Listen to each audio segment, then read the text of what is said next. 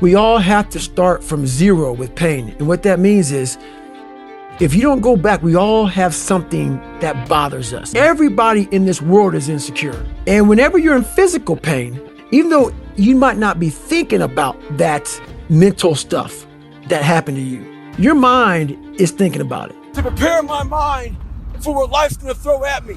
A healthy body gives you a healthy mind. That's what it's about. So if you go into battle, you wanna go into battle with the right mindset, the right gear. In combat, you wear body armor. But what we do wrong is we don't strengthen our minds. You gotta strengthen your mind. Take control of that. All these dungeons that our life has created, most of the time we quit is because we don't have any mental tools to get us through the other side. My whole thing for people is you have to examine, why are you doing it in the first place?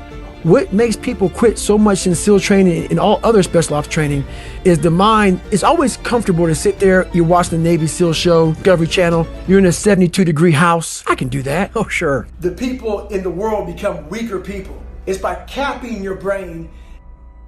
It's by putting this kind of garbage in it about not attacking what you're not good at. It's about putting a cap on managing your expectations. If I lived that way, if I had any kind of thought process like managing expectations, I would be a 400-pound man by now, working some job that made no money, and I would never know my capabilities. I would never have become a Navy SEAL. I never went to Ranger School. All these things I did. Trying to find more of yourself, knowing that the real you is afraid, likes comfort, likes living in a world that likes to pat you on the back, give you the things that you want to hear, not the things that you have to hear to get better. That's where all this kind of started from. At the bottom of insecurities, fear, self-doubt, lies, was me buried in fetal position. How I got out of that was recognizing it, being honest with it, being truthful with it, and then fixing it. We like to live on social media with lies about ourselves, how great we are. Get to the source and fix the problem. I don't need it. I'm good. Why do you still do this? You right now are a leader. You sit in this chair right now to thousands, hundreds of thousands of people. That's why you do it. Why you get up at 3, 4, 5, 6 o'clock in the morning is because you are setting the example for others to follow. People always go, what drives you now? What should drive you now is no more you. Like you said, I'm comfortable. I'm good. It's not about you anymore. You have to change your mindset to God gave you everything you want. It's pay time. You got to now start paying bills for the people in your mindset. So you're suffering now. Like when people say, why do you get up at 6 o'clock in the morning? So then you can come in and set the example for everybody else. The most important conversation you'll ever have is the one you have with yourself. You wake up with it, you walk around with it, you go to bed with it. Eventually you act on it, whether it be good or bad. There's haters everywhere in this world. People trying to get in your head. The one thing you gotta understand is this, they're trying to infiltrate your mind. What a lot of boxers do to get away from distractions is they go away before a big fight. A lot of us can't do that. We have to be able to live amongst distractions and be undistracted. Stay in your own mind. Don't let them own yours. I am where I am now to write a book about the hero, David Goggins. But the hero is not me. The hero is the person reading the book. But I had to tell him where I came from to give people hope that, wow, that's where he came from and now he's there. I want to give people that kind of hope, so that's why it was tough.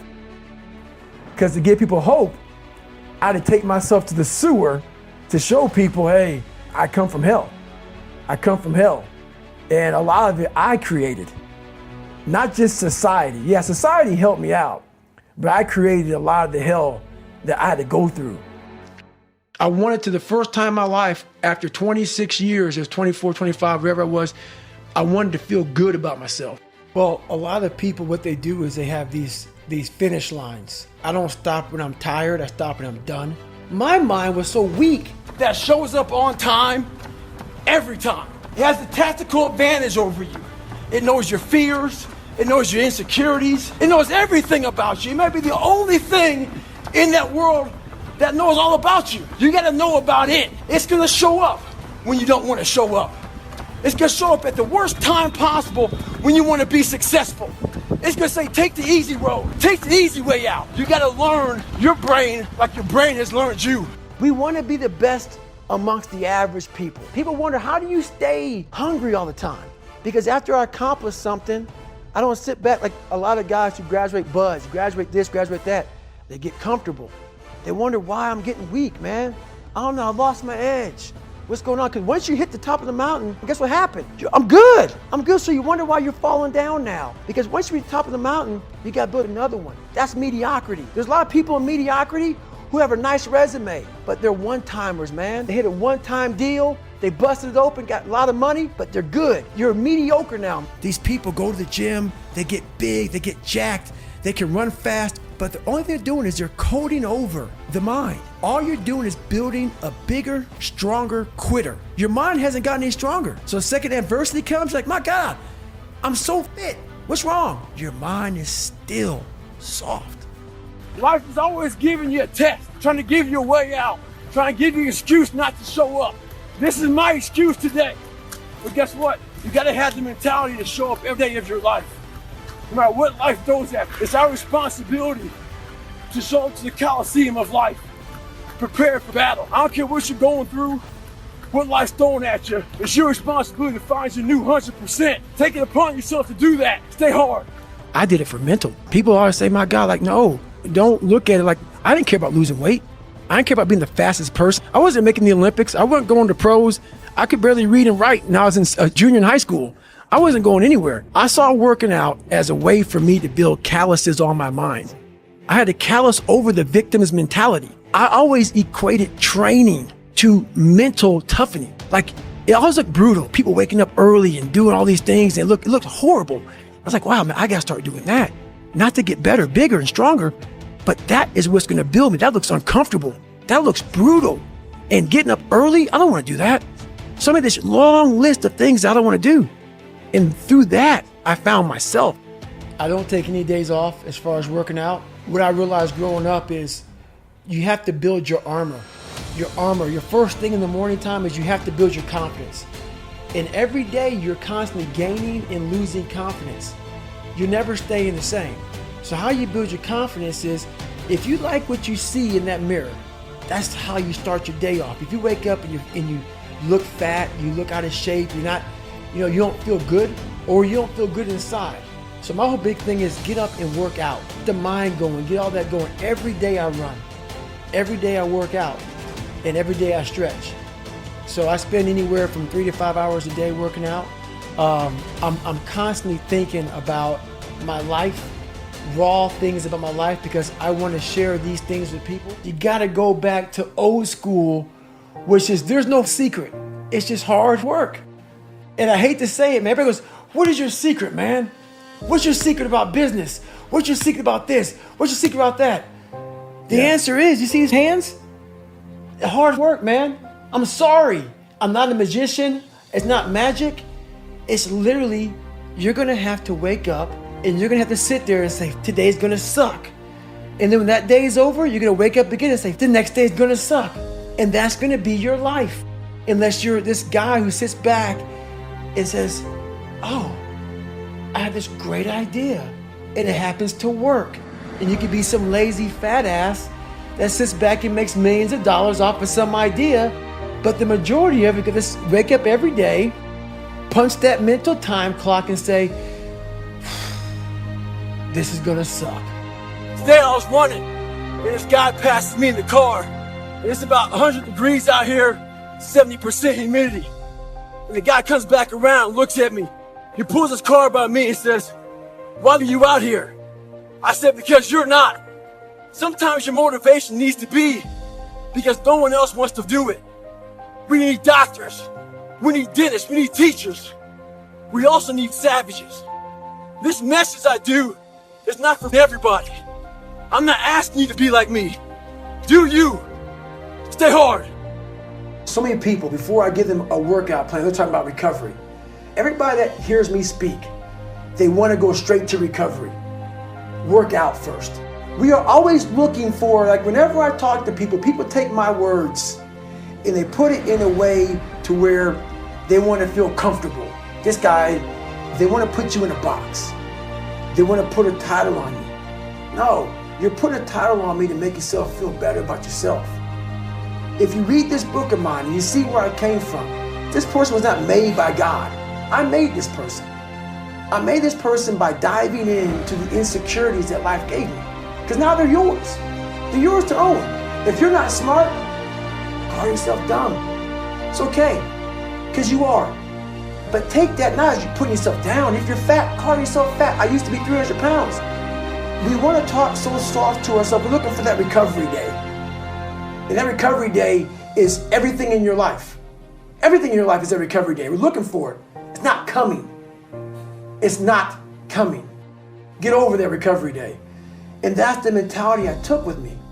And what happened through that process was all the frivolous things of life started to float away. I used to tell people lies so they would like me because I was so insecure. When you start to build yourself up and start to have the one thing that we don't have is confidence. Real, authentic confidence from hard work. Everything else goes away. You no longer look to other people for your self-esteem.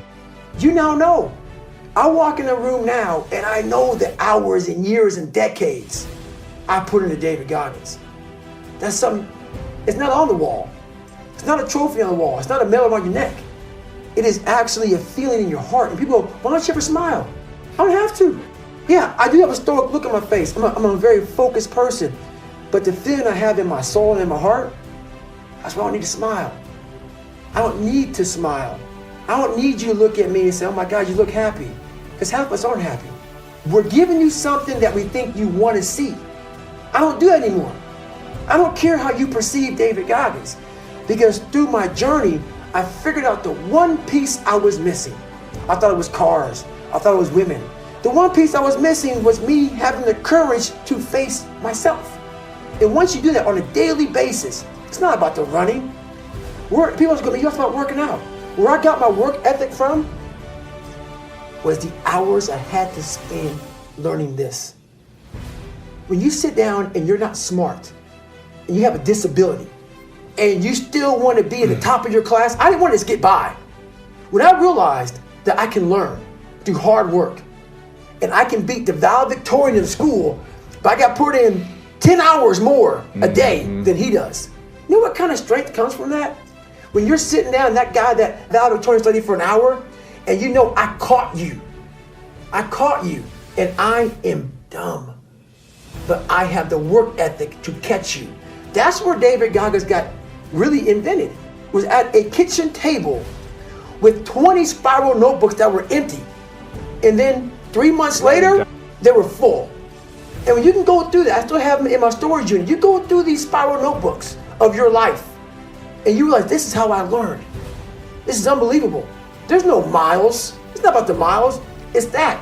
Having a discipline every day to say, for me to learn this one math problem, it's going to take me 10 hours. And you realize through hard work, you can outwork anybody, no matter how badass they are. But that's the part people don't want to dive into. A lot of people, what they do is they have these finish lines. And I have a saying that says, I don't stop when I'm tired, I stop when I'm done.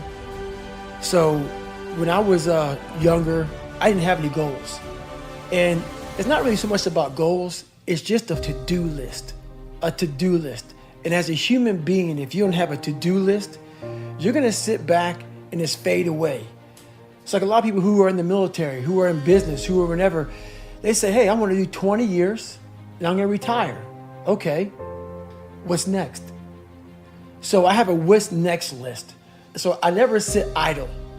I never sit idle. There's never one time in my life where I'm sitting back with free time and like just enjoying the sun. I made it. Yeah. I've arrived. No, I've never arrived. And a lot of people say, are you happy? Because I'm so driven that it almost makes people who are weaker in the mind think, my God, you must not be happy. That's a weaker person's way of saying you've overachieved, David Goggins, and you're making me feel like shit. If you ask me if I'm happy, I'm doing my job, because when I was a weak person, these are some of the things I would ask a very driven person. because I didn't understand what they were doing. Because they were so driven that my mind was so weak that I was like, they must not be happy. I would find a way to put a title like they're crazy or they're not fulfilled or they're empty because I didn't have what they had. So basically, if I get these questions, I know I'm exactly where I need to be. I'm making you feel a certain way.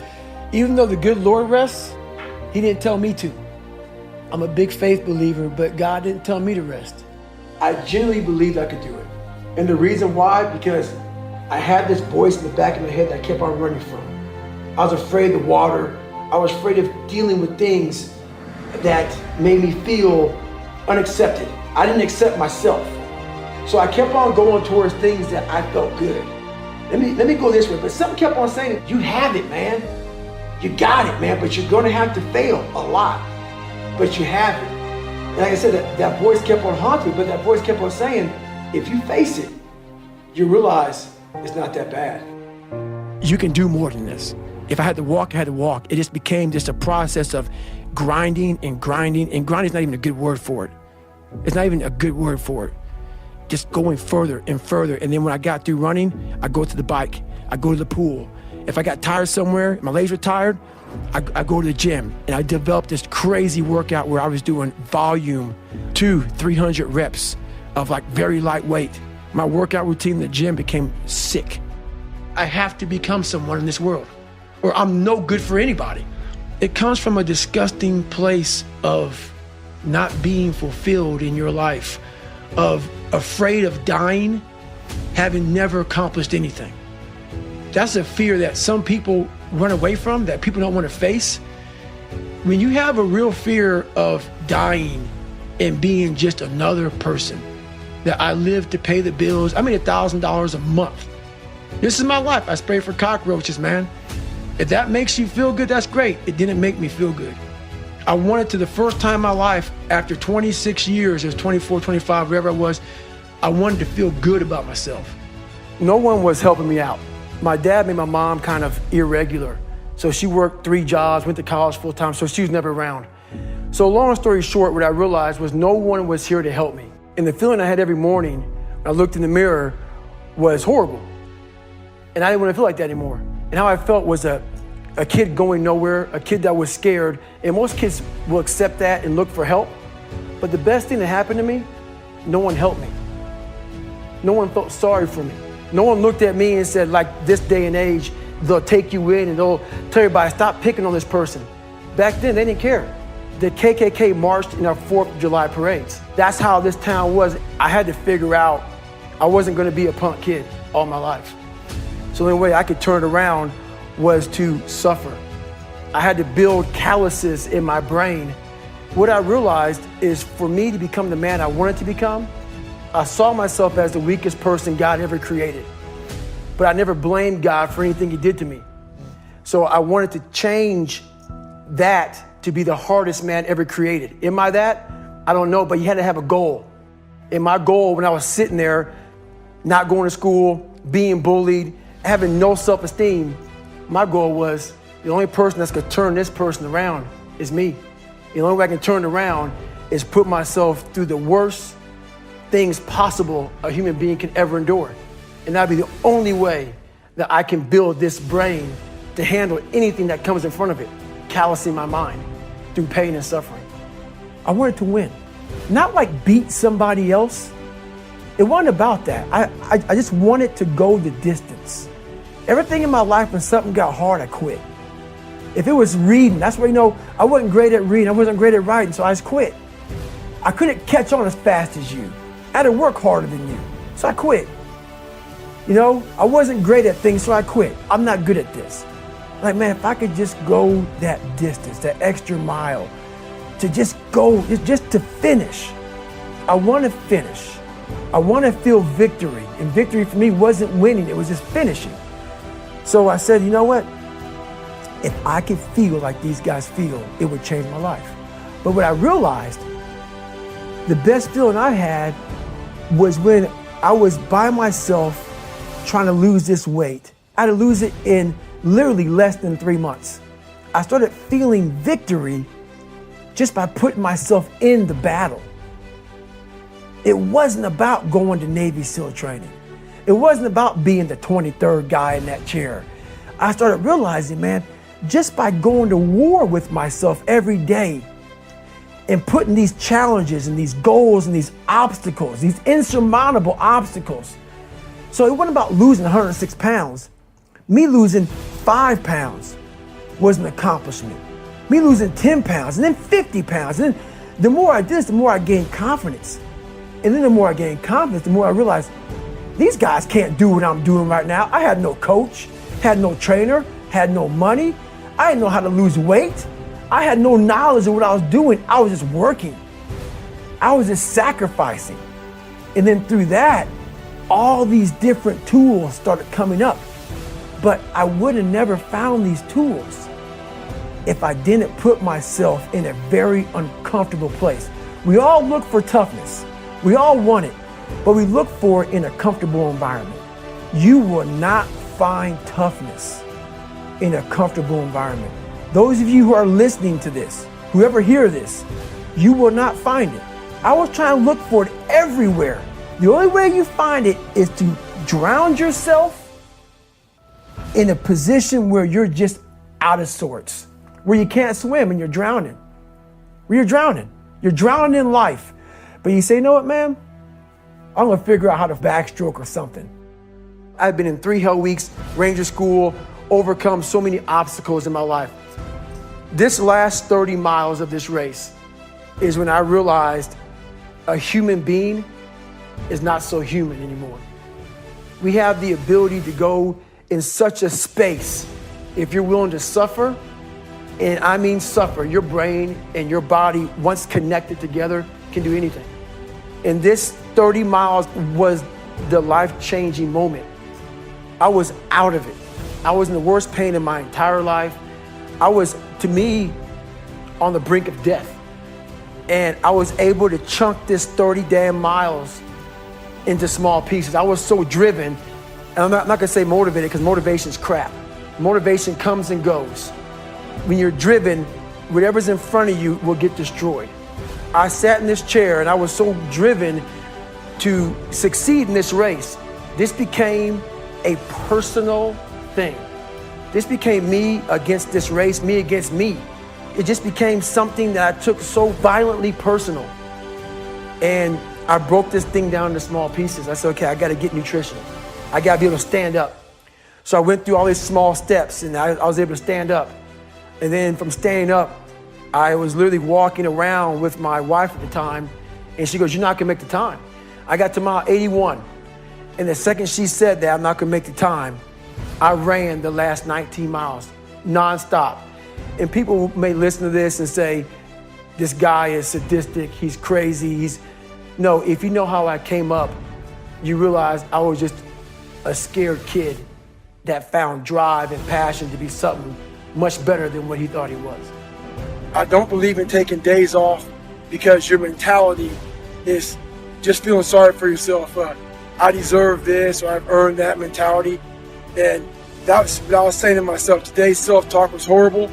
So we all have one voice, and that one voice is very powerful that says, hey, you've earned this, you deserve this, take time off, all that stuff. Start developing the other voice that fights that voice. When it's not a designated day off, I don't care if it's running, swimming, biking, studying. If it's not a day off, don't take a day off. And start developing that voice that fights the weaker voice. So remember that. We all have one voice, work on the other voice also. One thing important is that we all have these moments in time that either make you or break you, that can determine the rest of your life. The rest of your life can be determined by one simple decision. 19 years ago, 300 pounds, I was spraying for cockroaches. I made a decision to try to be a Navy SEAL. My whole goal was to go on this path every day after work and to run a mile to a mile and a half. This rock was about the 0.5 mark in my run. This rock was a moment that should have broken me. I got 0.5 into it. I weighed 297 pounds. I sat on this rock and I had a decision to make. I wanted to quit. I wanted to give up. There wasn't some inspirational quote. There wasn't nothing. It was me, myself, and it was freezing out here. I had to make a decision. The decision I make was to get up and keep on going. That one moment changed the rest of my life. I put everything on David Goggins to be a Navy SEAL. It's like going to the crap table with your last $1,000. And you say, you know what? I'm gonna put everything on black. And hopefully I'll win. If not, I'm broke. I put my whole life, a guy that was scared of the water, a guy that taught himself how to read and write, on being one of the hardest motherfuckers on the planet. Think about that. A guy that came from nothing. I put my whole life, and I'm gonna go out here and put everything on David Goggins to be a Navy SEAL. I look at that, and I did all this just to get the opportunity to succeed. That's what people don't understand, man. If people see the end result. Most of this generation quits the second they get talked to. You did this wrong, or they get yelled at. It's so easy to be great nowadays because most people are weak. This is a softened generation. So if you have any mental toughness, any ability, if you have any fraction of self-discipline, the ability to not want to do it but still do it. People have a hard thing understand. I hate to run. And what makes me so crazy, it doesn't anymore, is people go, well, why do you run if you hate it? What are you talking about? I don't want to take showers and eat either. I hate that too. That's life, man. It wasn't until I changed that mentality that I became somebody. I hated going to school. So guess what? I was dumb. 1 + 1 is 2. But if you can get through to doing things that you hate to do, on the other side is greatness. That's what people don't understand. By me running, I am callous in my mind. I'm not training for a race. I'm training for life. I'm training for the time when I get that 2 o'clock in the morning call that my mom is dead or something happens tragic in life. I don't fall apart. I'm training my mind and my body and my spirit so it's all one, so I can handle what life is going to throw at me. Because the life I've lived, it throws a whole bunch at you. And if you're not physically and mentally prepared for that, you're just going to crumble and you're good for nobody. You know it, every painful moment. You remember it. We try to put it under a rug, lift the rug up, you'll find them.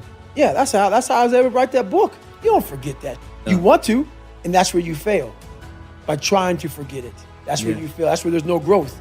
Let's just move forward from all this. You just want to forget about it. You will continue making the same mistake. You will continue doing the same things wrong if you don't go back. It's more important to own your weaknesses. You got to really triple down on those, man. Because why? You want to become a full human being. We like to run away from weaknesses. Like for instance, if you're good at running, all you want to do is run. If you're great at reading, you have several books. But we don't do those things that we're not good at. So for me, I realized I keep on running away from these things I'm not good at. I have to dive into these things. I have to become one with these things. And that's what happened. And I own them both. I got caught up in trying to impress so many people because no one liked me. So I developed so many different identities. Let me sag my pants. Let me pull my pants up. Let me talk this way or act this way or be this way or whatever the hell it may be. God, dog, there's so many different things I did to try to fit in with so many different groups. When you look in the mirror, that's the one person you can't lie to. So every morning I would shave my head thinking, God, I would reflect back on some of the lies I may have told somebody or some of the ways I acted that I didn't feel comfortable doing. And I did it to impress other normal people. The key word there is normal, everyday people. I was trying to make other people like me. How pathetic is that? So this mirror would always tell me, my reflection would say, God, you are a pathetic man. How does that feel every day to be this way? So I would just start having myself accountable. How did I attack today? How did I attack yesterday? And if I didn't do something I was proud of, I would write down a sticky note and I would fix it. So then my senior year in high school, it was a totally different David Goggins. I realized at a young age how to change myself was through discipline. And the military didn't teach me that. It was something I realized I had zero discipline, zero self-discipline. And I realized I have to start developing this. And I started really because I was horrible at reading and I was horrible at writing. I have so many learning disabilities, it's not even funny. So I just sit down at the table and spend so much time in this, reading and writing and learning. And that kind of translated over to my self-discipline with working out. So a lot of you know that my knees are messed up, but that doesn't mean you don't stop going. You don't stop pushing. Life's about improvise, adapt, and overcome to every situation that's in front of you. A lot of people hate that message that I say continue pushing, continue finding your new 100%, continue finding your best self. If you don't like that message, this is not the place to be. I'm about people trying to find the best they have, not making excuses, overcoming any and all obstacles. So today, I can't run. I can't do much. But you can guarantee one thing. David Goggins got after it. On the other side of that extreme place that I call suffering, call whatever you want, there's a whole nother world that people have not even examined. But you have to go to that extreme place to examine it. We want to stay here in this comfortable place. Once you're willing to push yourself to that extreme place, it's like a whole nother universe. It's almost like you're an astronaut and you've examined something like up in outer space. No, it's always been there. But you have to be going through all the muck to examine it. You realize, wow, God, through all this crap, there's a whole nother universe over here in my mind. Whole nother universe. It's another early morning. You're probably thinking, I have so many videos with me putting my shoes on early in the morning. Well, the videos are all very different if you really think about it. Every morning, every day of our lives, we have choices to make. You have the choice to stay in bed, to say, forget it, I'm not gonna work out today, or forget it, I'm not gonna work hard today. You always have a choice every single day of your life. So it's a very different video because yesterday I made the choice to get up early and run, but today's another day. Today's another day that I'm faced with another choice to make. So I'm making the choice again to put my shoes on early in the morning and get after it again. Make the right decision. Stay hard is about going that extra step and you feel like you can't. That's what builds self-esteem and self-respect. Stay hard. This ain't gonna happen. People go, how did you run 135 miles to Death Valley? How did you run 100 miles with no training?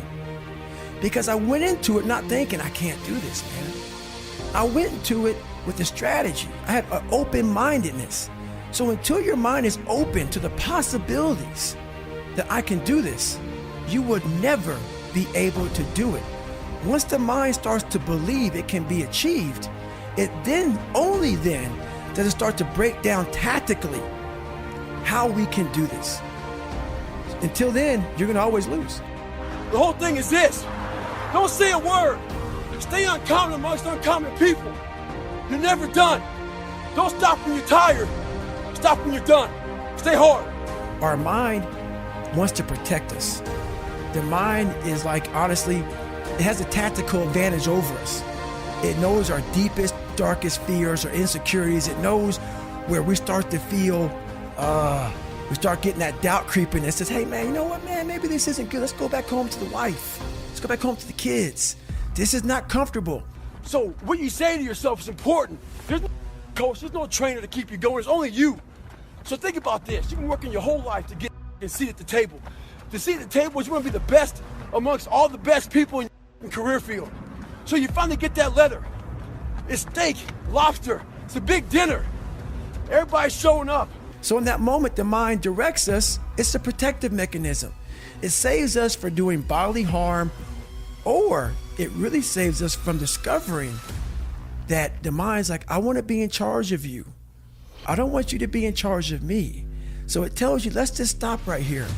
But once you start breaking through that barrier and start breaking down that governor that you've put in your mind, because we forget we are in control of our mind. We believe it's the other way around. No, we put in our minds what we should do, but we believe our mind is telling us, it's giving us all this feedback. And this 30 miles was the life-changing moment. I was out of it. I was in the worst pain in my entire life.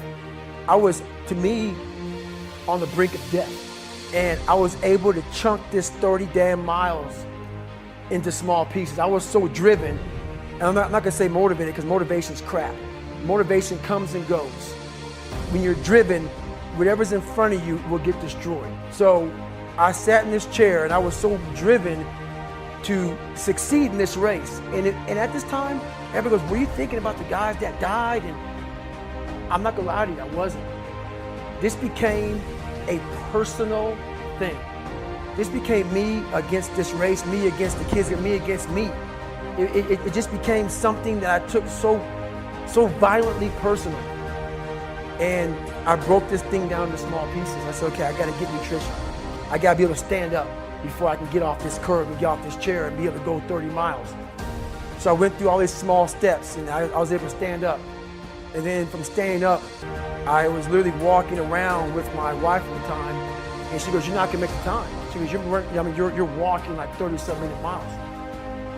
I got to mile 81, and the second she said that I'm not gonna make the time, I ran the last 19 miles, nonstop.